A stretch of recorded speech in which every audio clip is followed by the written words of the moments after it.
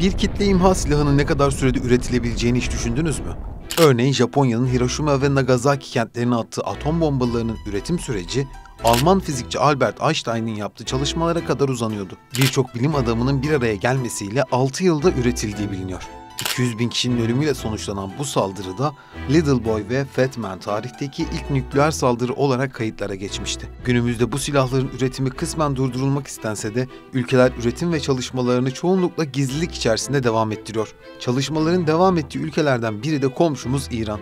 Enerji üretimi için başlatıldığını öne sürse de başta Amerika Birleşik Devletleri olmak üzere bazı ülkelere göre bu silah üretimi için yapılan bir çalışma. Son iddia ise İran'ın 12 günde nükleer bomba üretebileceğine ilişkindi. Peki birçok yaptırımla karşı karşıya olan ülke dışa kapalı bir politikayı benimserken bu teknolojiye giden süreçte neler yaşandı? Yakından bakalım.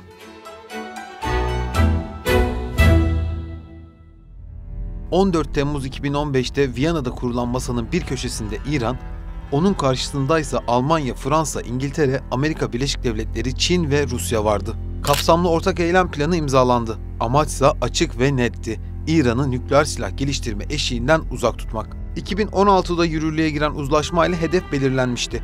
Askeri yöntemlerden daha etkili olduğu yönünde fikir birliği vardı.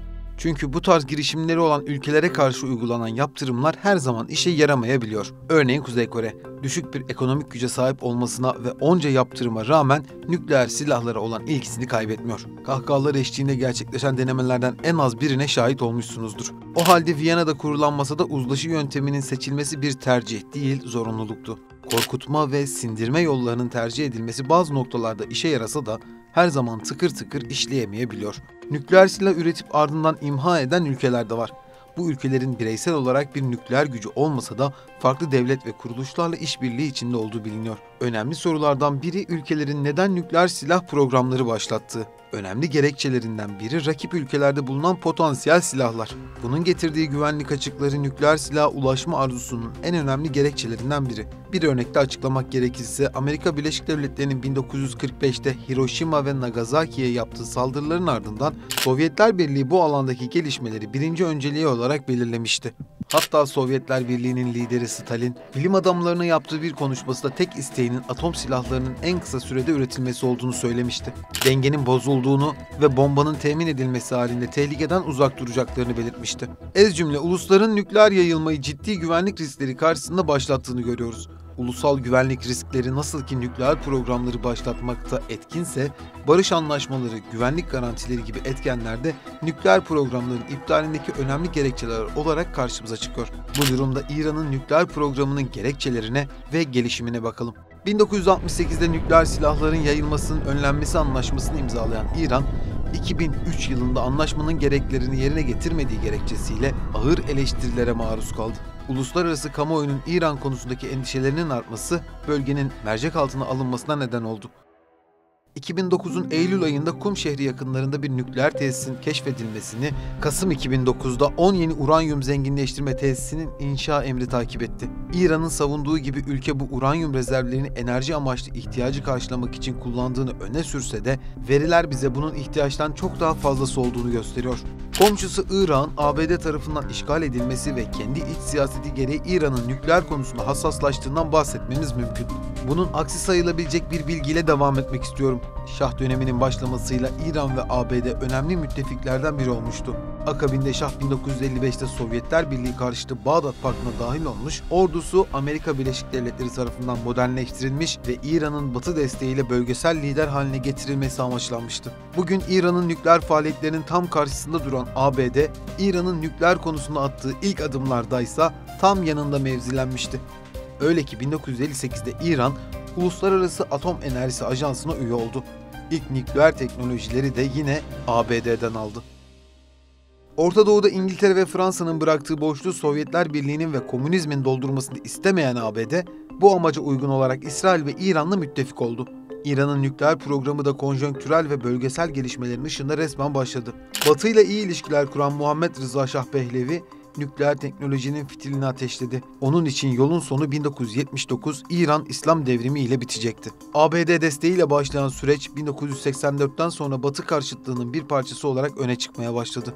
Batı için İran'ın nükleer gücü bir tehdit unsuruna dönüştü ve ulusal güvenliğin yanı sıra rejimin güvencesi olarak tanımlandı. Faaliyetleri nedeniyle ABD, İran'a Orta Doğu barış sürecine zarar verdiği gerekçesiyle 1995'te petrol ve ticaret yaptırımları uygulamaya başladı. Bu aynı zamanda bir çevreleme politikası olarak tanımlanıyordu.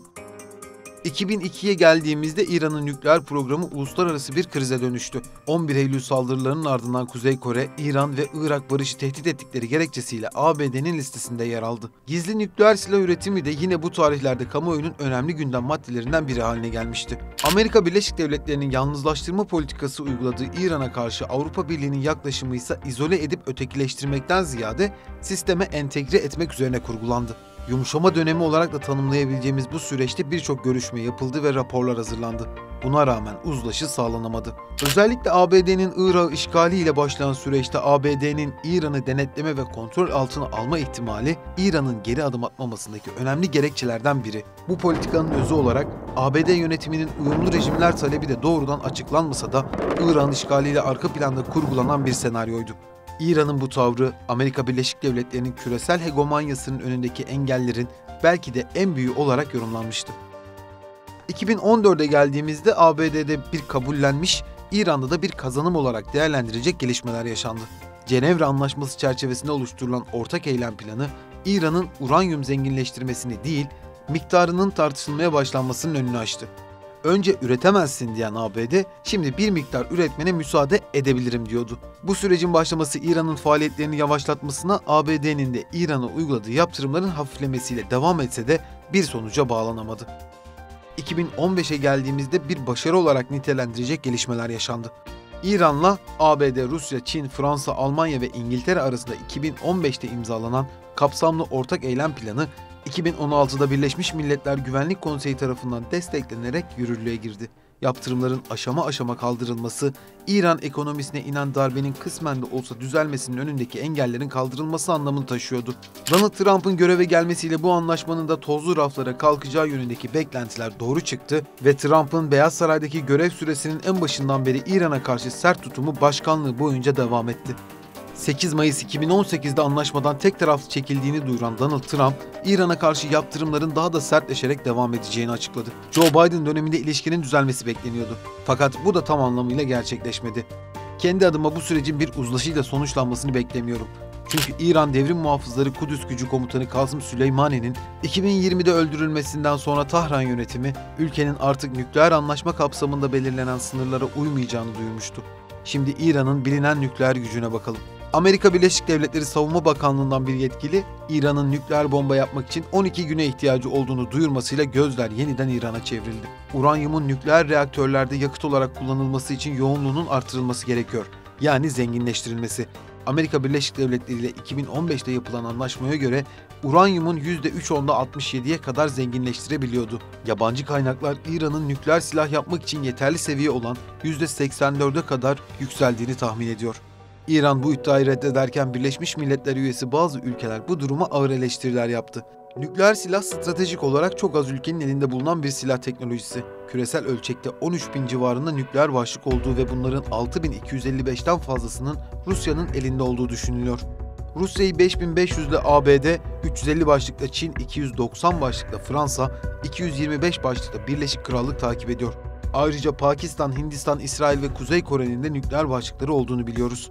İran'ın hareket halindeki deniz araçlarını da imha edebilen, ses hızından 8 kat daha süratli hareket edebilen hipersonik balistik füze ürettiğini duyurması, ülkenin silah teknolojisinde hafife alınmaması gerektiği hususunda da bilgiler barındırıyor.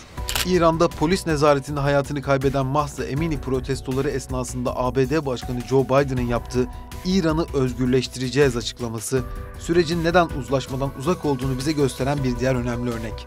Kendinden kilometrelerce uzaklara götürdüğü tırnak içinde özgürlüklerle bilinen ABD, İran'ın nükleer faaliyetlerini durdurmak için deyim yerindeyse elinden geleni yapıyor. Peki siz bu süreci nasıl değerlendiriyorsunuz? İçeriğimizi beğendiyseniz GZT YouTube kanalına abone olabilir, fikir ve önerilerinizi yorum kısmında bizimle paylaşabilirsiniz. Hoşça kalın.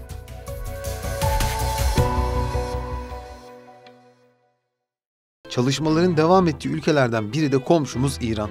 Enerji üretimi için başlatıldığını öne sürse de başta Amerika Birleşik Devletleri olmak üzere bazı ülkelere göre bu silah üretimi için yapılan bir çalışma. Son iddia ise İran'ın 12 günde nükleer bomba üretebileceğine ilişkindi. Peki birçok yaptırımla karşı karşıya olan ülke dışa kapalı bir politikayı benimserken bu teknolojiye giden süreçte neler yaşandı? Yakından bakalım.